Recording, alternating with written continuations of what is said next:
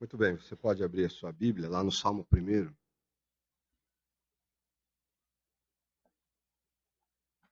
tema de hoje à noite é este que está aí.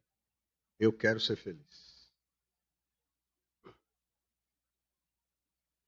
Então vamos ler o Salmo 1. Bem-aventurado é aquele que não anda no conselho dos ímpios, não se detém no caminho dos pecadores, nem se assenta na roda dos escarnecedores. Pelo contrário, o seu prazer está na lei do Senhor, e na sua lei medita de dia e de noite. Ele é como árvore plantada junto a uma corrente de águas, que no devido tempo dá o seu fruto, e cuja folhagem não murcha. E tudo que ele faz será bem-sucedido. Os ímpios não são assim. São, porém, como a palha que o vento dispersa. Por isso os ímpios não prevalecerão no juízo, nem os pecadores na congregação dos justos. Pois o Senhor conhece o caminho dos justos, mas o caminho dos ímpios perecerá. Eu quero ser feliz. Eu acho que qualquer pessoa em sã consciência deseja isso. Essa sua passagem por esse mundo, eu sei que você quer isso. Eu quero isso. Eu quero ser feliz. E as pessoas da propaganda e do marketing sabem disso. Têm explorado esse desejo, esse anseio das pessoas quererem ser felizes. Eu nem sei se existe mais, mas você vai se lembrar da Casa Feliz. Né? Da Casa Feliz. Então, participe da compra lá, aquela coisa lá e a Casa Feliz. Você vai comprar a Casa Feliz. Ou McLanche Feliz. Hã? McLanche Feliz. Que coisa mais feliz. Um dos grandes magazines aqui do país, no final da sua propaganda, diz o seguinte: vem ser feliz. Né? Vem ser feliz. Anuncia lá os seus produtos, possibilidade fácil de comprar, em suaves prestações, e no fim, vem ser feliz. Olha só. Nem sempre o carnê é sinônimo de felicidade. Um dos mais famosos foi o chamado baú da felicidade. Olha só, baú da felicidade que fez, sem dúvida nenhuma, a felicidade do dono do baú. Não sei se ele é tão feliz assim. Mas é isso, né? Essa procura pela felicidade, eu quero ser feliz, então a fórmula para ser feliz, enfim, o caminho mais curto para você ser feliz. Não tinha conversado nada com o Edson sobre a mensagem de hoje à noite, mas na sua oração ele menciona essa coisa das pessoas tirando a sua própria vida. Tanta pressão, tanto desespero. Como é que pode, né? Mas isso tem acontecido muito. A Organização Mundial de Saúde diz que a cada 40 segundos uma pessoa tira a sua vida no mundo. A cada 40 segundos. Cerca de 800 mil pessoas têm tirado a sua vida anualmente, mundo afora. É uma estatística estarrecedora. E em todos os continentes. Em todos os continentes acontece isso. No Brasil, o índice de suicídio tem crescido muito, especialmente entre os jovens. Coisa preocupante, entre os jovens. E comenta sobre isso um psiquiatra lá da Unicamp, Neuri Botega, ele diz assim: a sociedade está cada vez menos solidária. O jovem não tem mais uma rede de apoio. Além disso, é desiludido em relação aos ideais que outras gerações tiveram. Isto é um alerta, isto é uma fotografia do que acontece no nosso mundo de hoje. E há muitas pessoas que estão buscando a felicidade como algo a ser encontrado lá na frente. Quando eu me formar, aí eu vou ser feliz. Aí eu vou ser uma pessoa realizada. Aí se gradua, depois a graduação, claro, hoje já não. Então tem que fazer o mestrado, né? Quando eu terminar o meu mestrado, aí ele já nem terminou, já sabe que o mestrado só não basta. Tem que fazer o doutorado. Mas quando eu terminar o meu doutorado, aí eu vou estar realizado, vou ser feliz. Mas o doutorado só também já não basta mais, é preciso fazer o pós-doutorado, e o pós-doutorado daqui a pouco é o pós-mortem, sei lá. Né? Quando eu comprar aquela casa, ou quando eu construir aquela casa dos meus sonhos, aí a gente vai ser feliz. Quando eu fizer isso, quando os meus filhos estiverem encaminhados na vida, aí eu vou estar tranquilo, aí eu vou ser feliz.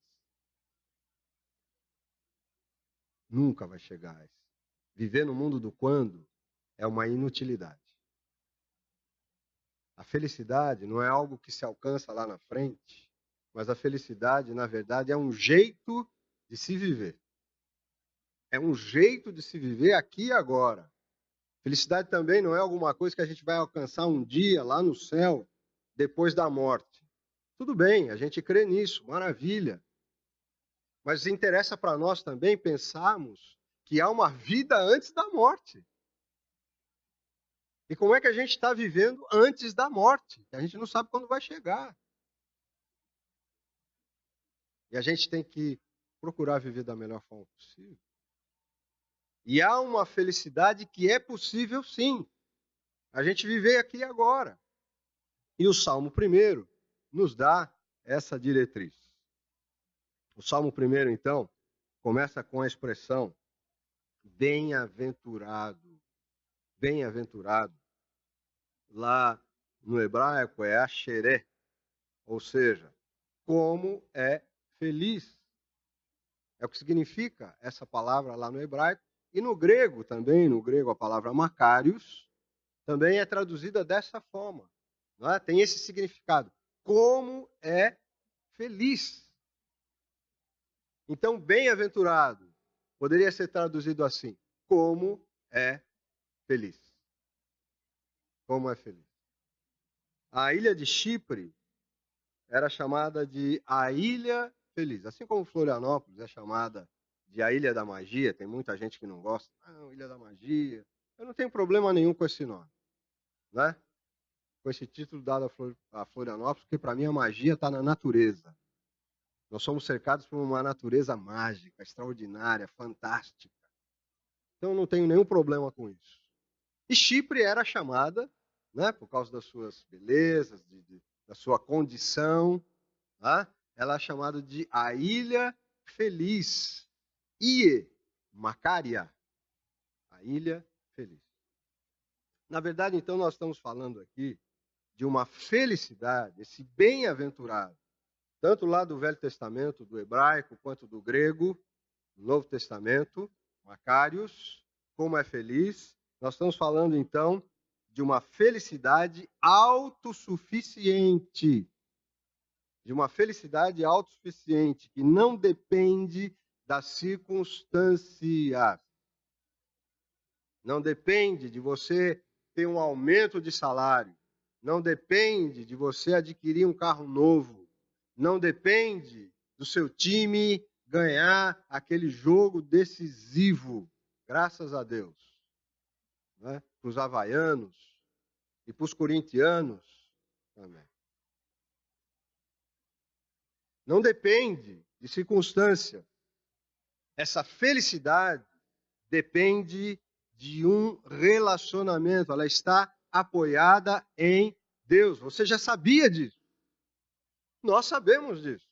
Eu não estou ensinando nada novo, não estou falando de nenhuma novidade para você. Mas a gente está relembrando, e a gente precisa relembrar que essa felicidade que nós buscamos, que o mundo busca, que a sociedade, que a humanidade busca, não está em coisas, não está em adquirir, em consumir, em conquistas intelectuais, numa posição social, embora essas coisas sejam lícitas.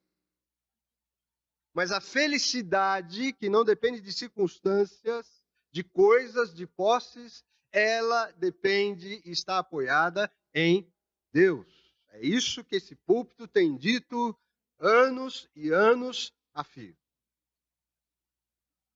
E o Salmo 1, então, nos diz que essa bem-aventurança, essa felicidade, começa da seguinte forma: bem-aventurado é aquele que sabe o que é prazer. O seu prazer está na lei do Senhor, e nela ele medita dia e noite. Antes disso, o salmista vai dizer, né, que felizes... A Bíblia, na linguagem de hoje, traduz o versículo 1 da seguinte forma: felizes são aqueles que não se deixam levar pelos conselhos dos maus, que não seguem o exemplo dos que não querem saber de Deus, que não se juntam com os que zombam de tudo o que é sagrado. Então, a primeira coisa é isso: com quem você tem andado? Com quem você tem andado? Quem são os seus melhores amigos? O que a tua rede de relações, de amizade, a tua rede social, não as redes aí digitais, mas a sua rede de gente de carne e osso. A gente tem uma rede. O que essa rede de carne e osso proporciona para você? Que tipo de influência essa rede de carne e osso traz sobre a sua vida? Porque a gente se relaciona com pessoas. E a gente tem que se relacionar com pessoas que não são cristãs. Mas como é que a gente tem se relacionado com essas pessoas? Com quem a gente está mais próximo? Com gente que não está nem aí com Deus? Com gente que nega Deus? Com gente que zomba de Deus? Com gente talvez até mau caráter? Com quem a gente está andando? Então, esse é um primeiro cuidado. Essa é uma primeira análise que cada um de nós precisa fazer. Mas então esse bem-aventurado, como eu vinha dizendo, é alguém que sabe o que é o prazer. O seu prazer está na lei do Senhor, e na sua lei medita de dia e de noite. Ou seja, pessoa feliz é aquela que lê a Bíblia o dia inteiro. Você tem que ler a Bíblia o dia inteiro. Não é aqui dia e noite. Seu prazer está na lei do Senhor. Então, lá no seu trabalho, você tem que pedir licença para o teu chefe e dizer: eu preciso ler a Bíblia. Né? Então, você vai lá para um canto. O tempo que você precisar, você precisa ler a Bíblia. Você precisa se alimentar da palavra de Deus. Né? Lá na sua casa, onde você precisa ler a Bíblia. Sempre. Constantemente. É isso mesmo? Evidentemente que não. Claro. Né? Evidentemente que a hora do trabalho, né, você tem que trabalhar. Você tem que dar conta do seu trabalho. Você tem que ser responsável. Né? Não é para ficar lendo a Bíblia, nem para ficar fazendo reunião de oração lá na hora do trabalho. Tá? É para trabalhar. É para cumprir o teu compromisso. Lá na sua casa, você tem que ter tempo para conversar, né? Com a sua esposa, a esposa com o marido, com os filhos, brincar, sentar ao redor da mesa para uma refeição, para rir ao redor da mesa. É o C.S. Lewis que diz que não há coisa mais bonita debaixo do céu do que uma família reunida ao redor de uma mesa para rir. Não só para comer, mas para rir. E a gente precisa rir mais. Lá na nossa casa, né? A gente precisa se alegrar mais. A gente precisa, então, claro, se alimentar desse livro, dessas palavras. Essas palavras alimentam a nossa alma, o nosso espírito.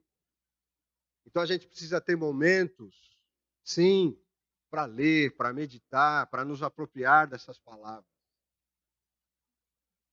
E saber que elas vão nos dar a substância que a gente precisa para viver.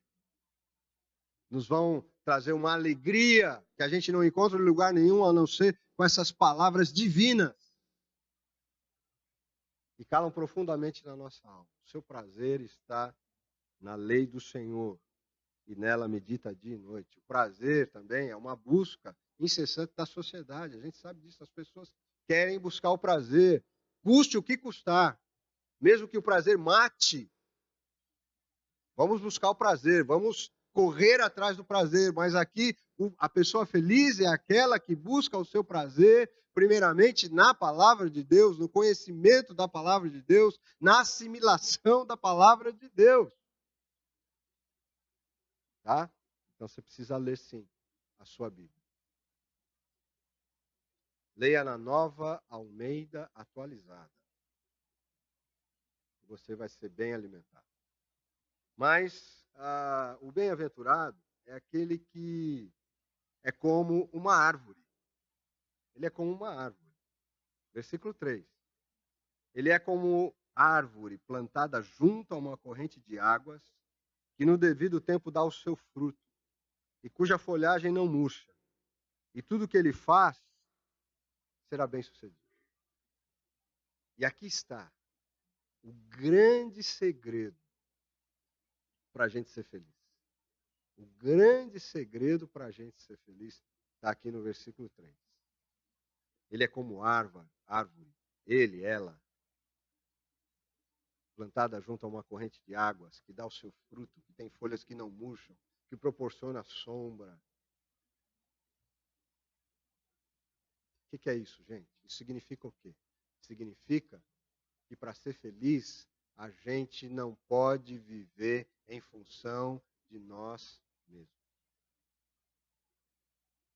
Para a gente ser feliz, a gente precisa viver para os outros. Esse é o segredo.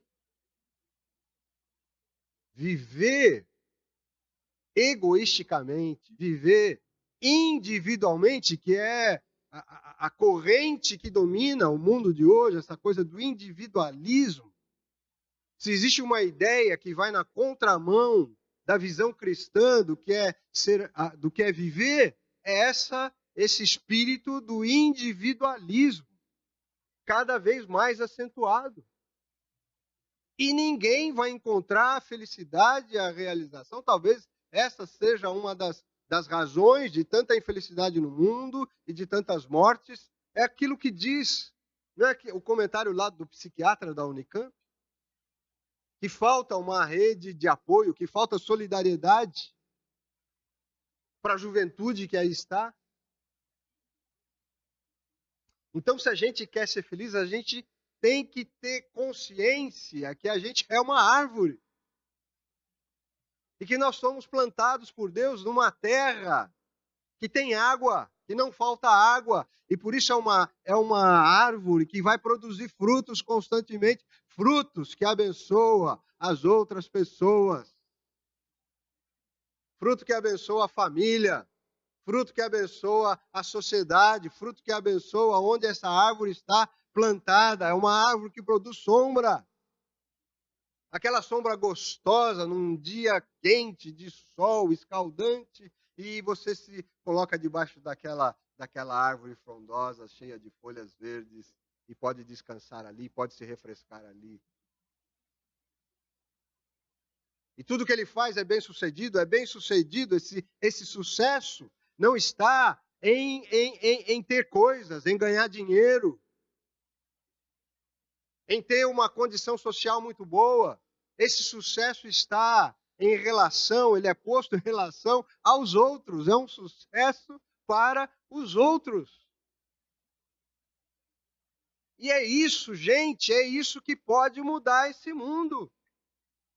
E é isso que pode transformar esse mundo. Ser feliz. Então lembre-se disso.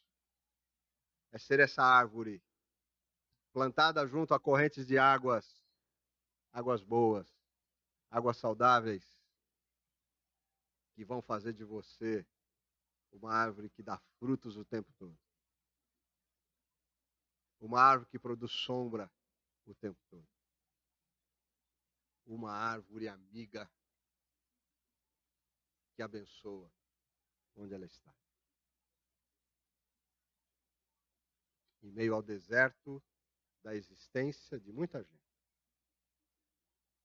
essa árvore pode fazer diferença. Agora, os ímpios, diz o Salmo, não são assim. Aqueles que, por alguma razão, não levam Deus a sério, ou acham que essa história de Deus é bobagem, ou que Deus, tudo bem, Deus existe, mas Deus está lá na periferia. Né? Se eu precisar realmente de uma coisa muito, né? Eu vou lá na periferia da minha vida e busco Deus. Quem então vive uma vida assim, autônoma, se acha autônomo, é como uma palha, que qualquer ventozinho leva essa palha para onde o vento quiser. Essa palha é suscetível, é vulnerável. Uma vida que não está apoiada em Deus é uma vida suscetível a qualquer vento. É uma vida vulnerável a qualquer probleminha, a qualquer circunstância adversa. Por isso, então, os ímpios não prevalecerão no juízo. Naquela hora de se confrontar com Deus, não vai ter desculpa. Quem não levou Deus a sério, quem apenas viveu uma espiritualidade de fachada, mentirosa, hipócrita, vazia, isso não vai adiantar nada naquele tete-a-tete com Deus. E a Bíblia diz que todos nós um dia teremos esse tete-a-tete com Deus. Quem está em Cristo pode ficar sossegado e tranquilo, que esse tete-a-tete vai ser um encontro com o Pai. Mas quem brincou com Deus, enfim, não colocou Deus na sua vida, vai ter um tete-a-tete mais sério.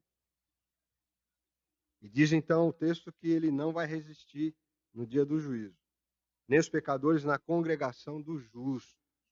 Ou seja, cuidado então com certas companhias, cuidado com certas amizades.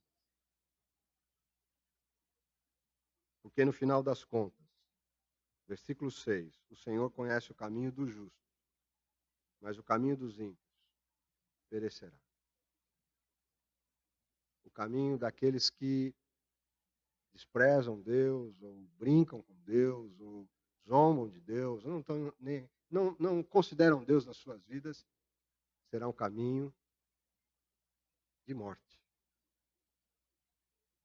Será um caminho de destruição. Não ficará pedra sobre pedra. Então, eu quero ser feliz. Você quer ser feliz? Você quer ser feliz? Bem-aventurados. Como são felizes. Então vamos guardar essa ideia principal? Como são felizes aqueles que se conscientizam que são uma árvore plantada junto à corrente de águas e dão frutos o ano inteiro e proporcionam uma sombra amiga para aqueles que estão famintos, para aqueles que estão cansados, que encontram a bênção quando se aproximam desta árvore. Ou seja, você quer ser feliz? Viva para os outros. Não viva só para si. E a igreja, eu quero terminar dizendo então que a igreja se preocupa muito com isso. A minha visão de pastorado, de ministério é essa. Eu acho que a igreja tem que nos fazer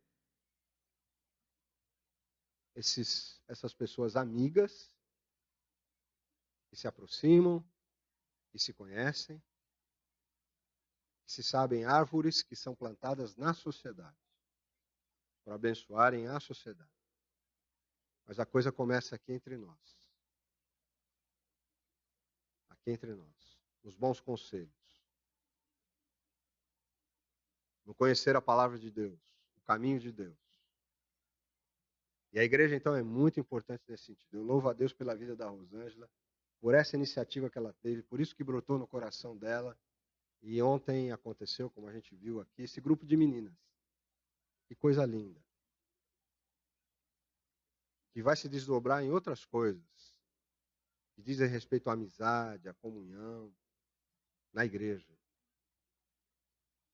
Quando aquele psiquiatra fala de falta de ideais da juventude que aí está. A igreja é um instituto, é uma instituição que tem ideais. Se você quer, então, estar ligado a uma instituição que tenha ideais, a igreja tem ideais. Sabe qual é o grande ideal da igreja? Dos discípulos e discípulas de Jesus, não é outro senão mudar o mundo. É só isso. Mudar o mundo. Vocês são sal da terra e luz do mundo. Vocês foram chamados, vocês foram juntados, unidos, para se fortalecerem, para mudar o mundo. Por isso, então, a gente precisa estar unido, ter esse vínculo na igreja, de amizade principalmente. Mais do que o conhecimento doutrinário, mais do que o conhecimento das coisas da fé, fundamentalmente nós precisamos ser amigos. Já dizia um teólogo que o reino de Deus é um reino de amigos. E eu me lembro que na minha infância, pré-adolescência, adolescência, os meus melhores amigos eram os amigos da igreja. Eu devo muito à igreja. Eu tinha amigos fora. Eu tinha amigos na escola. Eu tinha amigos na cidade. Na minha juventude, eu joguei basquete no time da cidade, de São Bernardo do Campo. A gente não ganhava de ninguém. A gente disputava campeonato paulista. Não ganhava de ninguém, mas eu jogava no time da cidade. Tinha amigos. Só tinha um time que a gente ganhava. A gente jogava, mas olha só, a gente jogava contra o Corinthians, contra o Palmeiras, contra o Sírio, contra a Hebraica, só time, né? E eu tinha amigos. Eu não era alguém fechado num gueto religioso. Mas os meus melhores amigos, os amigos que fizeram diferença na minha vida, foram os amigos da igreja. Foi na igreja que eu conheci a minha namorada. A minha primeira e praticamente única namorada. Eu digo praticamente porque, né? Mas não foi nada sério. Ela também, né? Hoje não sei se seria uns crushes. Quem é jovem sabe o que é crush. Então, olha só, a igreja, eu tenho recordações maravilhosas da igreja, né? Dos amigos, principalmente. Então, a gente precisa criar esse clima para que sejamos, então, uma bênção na sociedade. Precisamos ter amigos fora para ser bênção na vida deles. Entende? Então, você quer ser feliz? Você quer ser feliz? Aprenda aqui na igreja a não viver só para si, mas a viver para os outros, começando da sua casa, sendo essa árvore plantada junto às águas constantes, e dá fruto o ano inteiro, e traz aquela sombra amiga e maravilhosa, e que abençoa quem se chega ou quem se achega a ela. Deus nos abençoe, que sejamos então felizes dessa maneira. Amém? Amém.